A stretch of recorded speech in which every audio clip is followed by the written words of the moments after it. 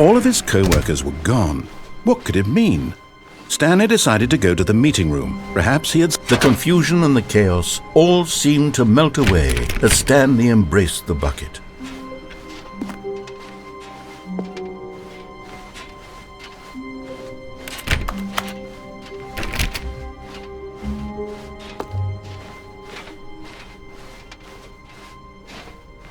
Stanley clutched the bucket tightly to his chest and entered the door on his left.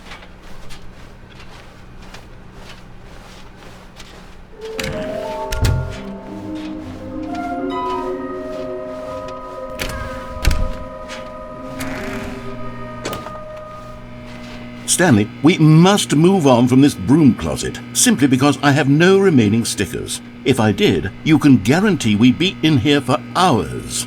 But alas, no stickers. Coming to a staircase, Stanley and the bucket walked upstairs to the boss's office.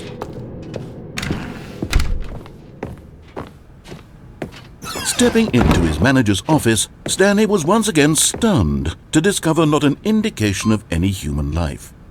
Crushed by the weight of this revelation, Stanley may have broken down into an emotional dumpster fire if not for the soothing presence of the bucket.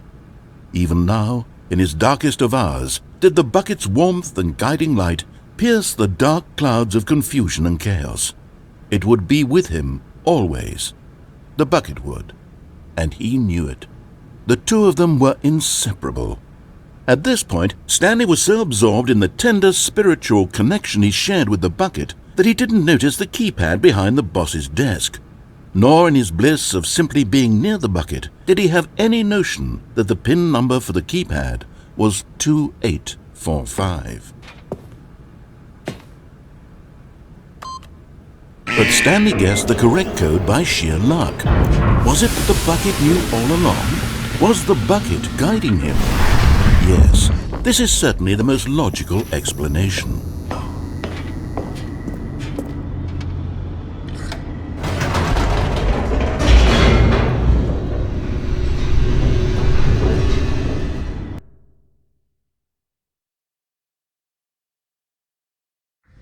The elevator raced downward, plummeting towards an unknown fate. It would be all Stanley could do to keep himself together, if not for the bucket. Soothing him, comforting him, reassuring that in this darkest moment of uncertainty, he would be all right. The bucket is here for you, Stanley. Everything will be fine. Stanley and the bucket walked straight ahead through the large door that read, Mind Control Facility.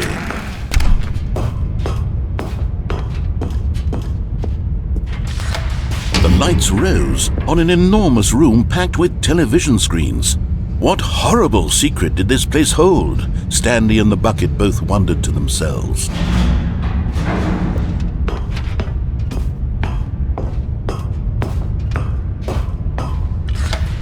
The monitors jumped to life, and Stanley nearly dropped the bucket in shock. Everyone in the office was being videotaped, monitored like guinea pigs. The bucket had never seen anything like this, and it very nearly burst into tears as Stanley cradled it gently, reassuring it that everything would be fine. Was the bucket under the mind control facility's influence as well? Had the bucket been told to do things it didn't wish to do?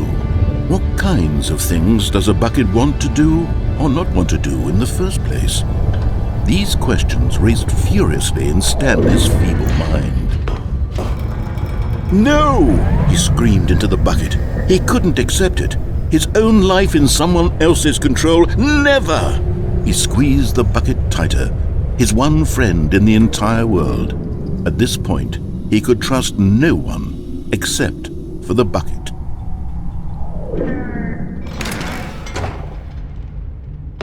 But here was the proof. The heart of the operation. Controls labeled with emotions, happy or sad or content. Walking, eating, working, all of it monitored and commanded from this very place.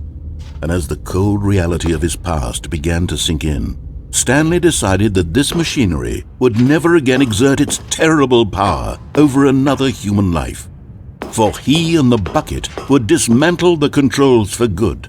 Two best friends, Stanley and the bucket, up against the world. They high-fived in a really cool way, and the bucket made a sassy comment about taking down the system.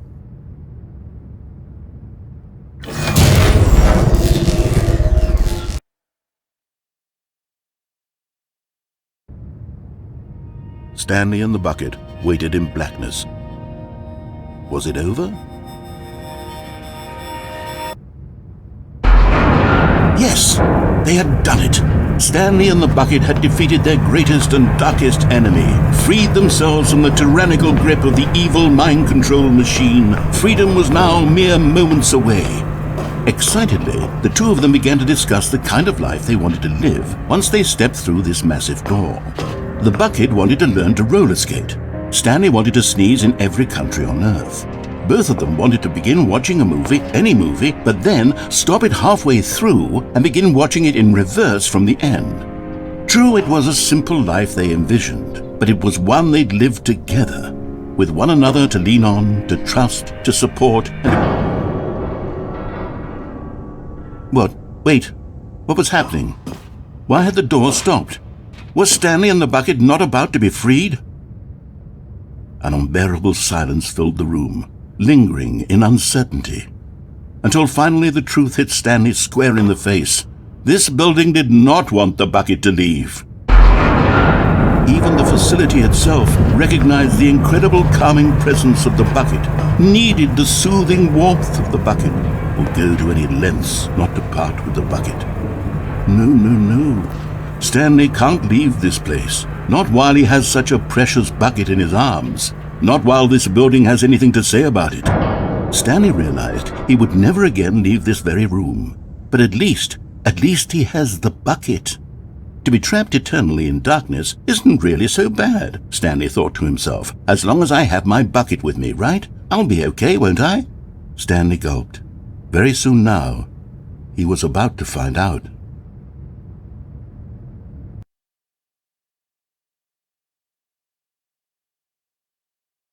And as the cold reality of his past began to sink in, Stanley decided that this machinery would never again exert its terrible power over another human life.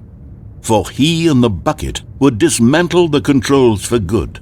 Two best friends, Stanley and the bucket, up against the world. They high-fived in a really cool way, and the bucket made a sassy comment about taking down the system. But at the last second, the bucket jumped in and pressed the button to turn on the controls. Stanley gasped in horror. Had this been the bucket's plan all along? To take over the machine and claim the power for itself? How could the bucket have betrayed him like this? Stanley was prepared to throw the bucket away in disgust when suddenly an image appeared upon the enormous screen. Birds. Silly birds. The control buttons became active again.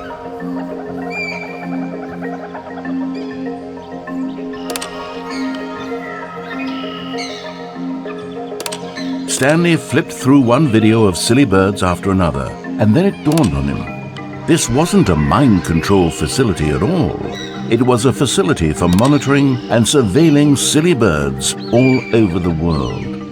The mind controls were only a facade to disguise its true intentions. Had the bucket known this all along? Stanley marveled at the metal genius in his hands, the one who had pointed him towards this incredible discovery. Stanley and the bucket never found freedom because they spent the rest of their lives here in this place, flipping through live streams of the silliest birds imaginable. Of all the possible paths his life could have taken, this one was surely the best. And Stanley was happy.